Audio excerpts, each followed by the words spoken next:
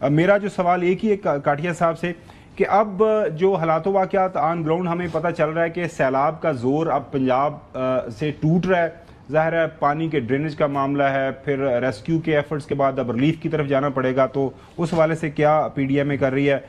کاٹیا صاحب آپ نے میرا سوال سن لیا، چوہدری صاحب آپ بھی ساتھ میں سوال کر لیجئے گا۔ چوہدری صاحب کاٹیا صاحب یہ فرمائیں کہ ابھی شمال سے یا مشرق سے ابھی مزید کوئی پانی کے خدشات ہیں یا اب خطرات جو ہے ٹل گئے ہیں؟ جی بالکل، تھینک یو ویری مچ جی۔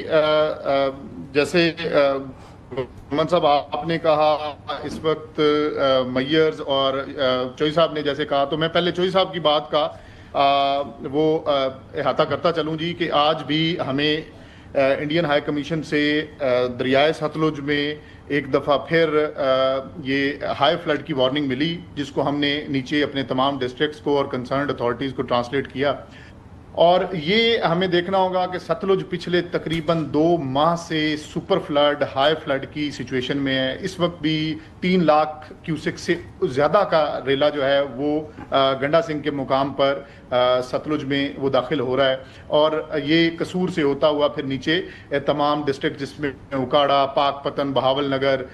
بہاولپور، لودھراں، بہاڑی، ان تمام سے یہ ہیڈ سلیمان کی اور ہیڈ اسلام سے ہوتا ہوا گزر رہا ہے۔ تو ایک تو سب سے پہلی بات یہ کہ ابھی جو اس وقت آج کے دن بھی اگر ہمیں کراس بارڈر ہائی فلڈ کی وارننگ آ رہی ہے تو میننگ دیئر بائی کہ اس پانی نے ابھی اپنے سارے ٹریول ٹائمز لیتے ہوئے پنجنت کے مقام پہ جانا ہے، تو جو ستلج کی اوور آل سچویشن ہے یہ کوئی اگلے ایک ہفتہ میں نارملائزیشن کی طرف جاتی ہوئی بالکل نظر نہیں آ رہی۔ اس کے بعد دوسری بات آ گئی جو چناب اور راوی ہے، انہوں نے پچھلے 24 سے 48 گھنٹے کس طریقے سے ملتان اور محمد والا کے لیے ایک چیلنج بنایا اور کس طریقے سے ہمیں وہاں بیٹھ کے میسو ایویکویشنز کروانی پڑی، اور الحمدللہ اس وقت جب میں آپ سے مخاطب ہوں تو ہم یہ کافی حد تک مطمئن ہیں کہ اب کوئی لائیو تھریٹننگ اللہ کا شکر ہے کہ وہاں پہ جلال پور پیر والا میں ایشو نہیں رہ گیا، لیکن کیونکہ پانی اب پنجند اور پھر آگے گڈو کی طرف بڑھ رہا ہے۔ پنجند نے اپنی پیک 6,09,000 کیوسکس 24 گھنٹے پہلے اٹین کی، اور پیچھے ابھی چناب کا اور راوی کا پانی مزید بھی وہ آ رہا ہے، اور اگلے جو 24 سے 36 گھنٹے ہیں اس میں نہ صرف علی پور جو ہمارا مظفر گڑھ ہے، اسی طرح راجن پور، کوٹ مٹھن اور نیچے لیاقت پور کی تحصیلیں اس وقت میسو ایویکویشنز ہو رہی ہیں۔ ابھی آپ سے جب میں بات کر رہا ہوں تو جو لیاقت پور کا علاقہ نور محمد والا ہے، آج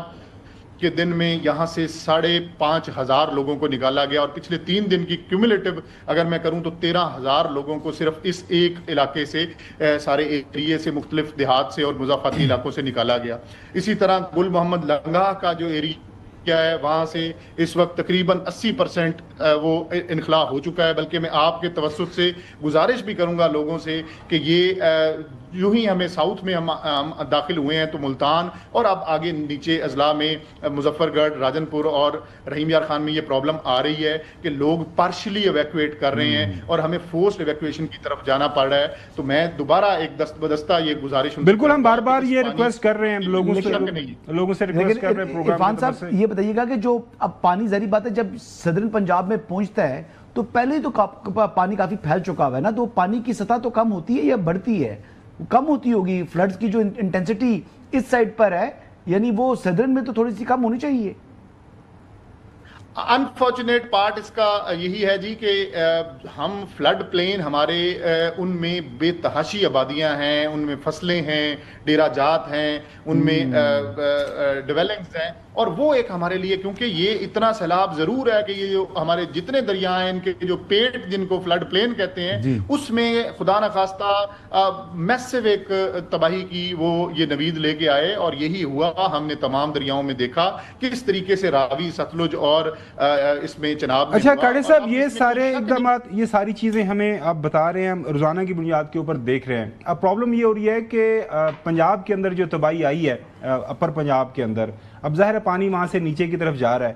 تو آج حکومت پنجاب نے یہ فیصلہ کیا ہے، حکومت پاکستان نے مل کے ظاہر ہے کوارڈینیشن میں، کہ ہم یہ باہر سے کوئی ایڈ نہیں لیں گے، ہم اپنے پاؤں کے اوپر کھڑا ہونے کی کوشش کریں گے۔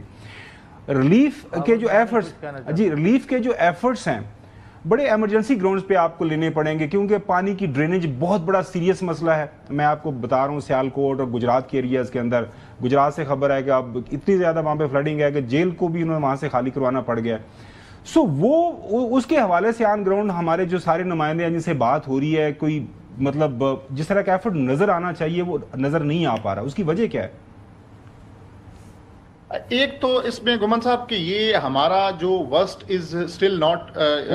Yet over. ہم ابھی تک پانی کی جو بڑی پیکس ہیں وہ ملتان مطلب ساؤتھ کو اب جا کے انہوں نے یہاں سے گزر رہی ہیں، اور ابھی بھی اگلے 3 سے 4 دن ہمارے لیے یہ چیلنجنگ سچویشن رہنی ہے. تو سب سے پہلے تو ریسکیو ایفرٹس جو ہیں وہ ہمارا پرائم کنسرن ہے، اور چیف منسٹر پنجاب کا وہ پرائم کنسرن ہے. اس کے بعد جو ریلیف ہے، یہ تمام علاقے جو اب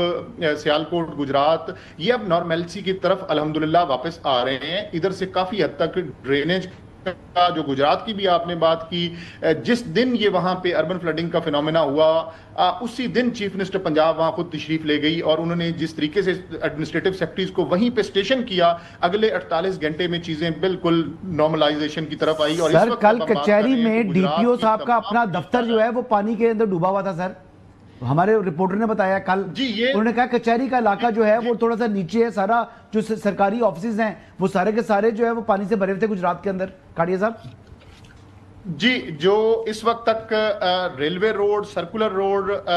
رامتلائی روڈ، تمبل چوک، شاہ جہانگیر روڈ، یہ سارے کلیئر ہوئے. ہماری یہ as a matter of policy یہ تھا کہ سب سے اینڈ پہ جو کچہری چوک اور جہاں پہ ڈی سی ہاؤس روڈ جس کو کہتے ہیں، کہ ادھر سے ہم اینڈ پہ اس کی ڈرینیج کریں گے. لیکن اس وقت بالکل سچویشن ادھر نارملائز ہو چکی ہے.